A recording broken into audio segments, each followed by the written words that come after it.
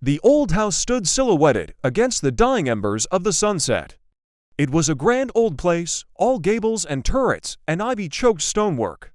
But it was empty, or so everyone in town believed, that is until now.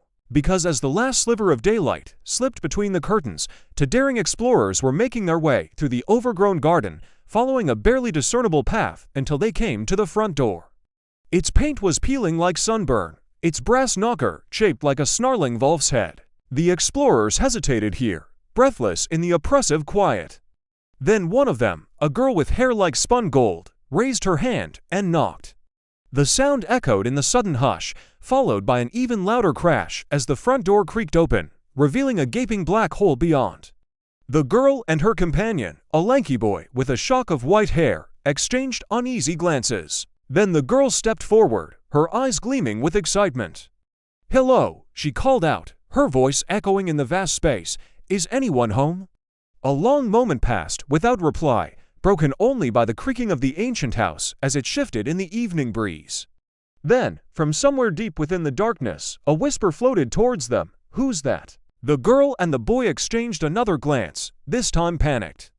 Then the girl, recovering her composure, called out again, this time with forced cheerfulness.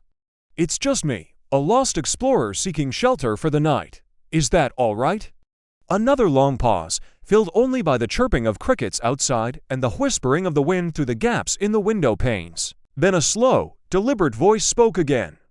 "Shelter you shall have, but come in and find it for yourself." With that cryptic message, the whisper faded into silence, leaving the girl and the boy in the flickering lamplight at the entrance hall.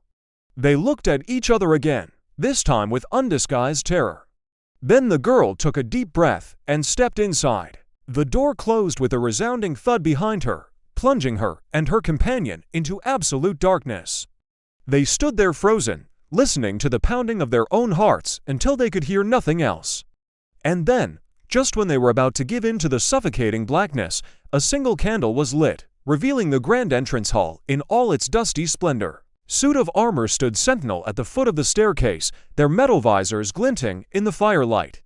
Cobwebs glittered like silver on the chandelier above, casting dancing shadows on the walls. And at the far end, a pair of ghostly white hands emerged from behind a tattered curtain, beckoning towards them. The girl and the boy exchanged wide-eyed glances, fear battling with morbid fascination. Then slowly, as if drawn by some invisible force, they began to move forward.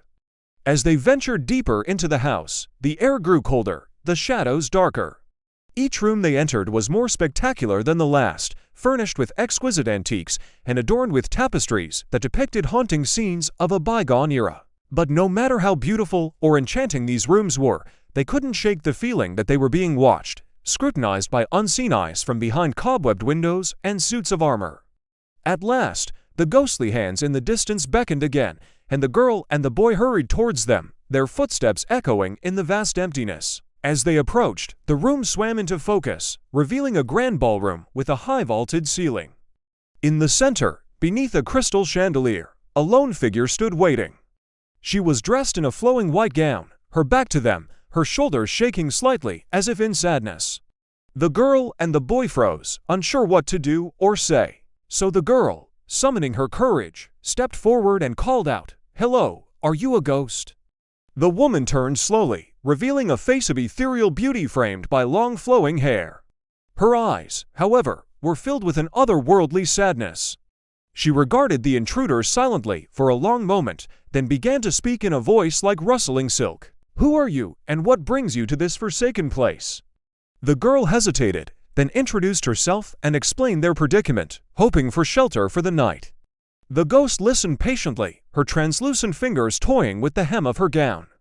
And when the girl was done, she nodded her head towards the grand staircase. "Very well, you may stay, but beware, for this house holds many secrets, and not all of them are friendly." With that enigmatic warning, the ghost drifted up the stairs and vanished from sight, leaving the girl and the boy alone in the flickering candlelight.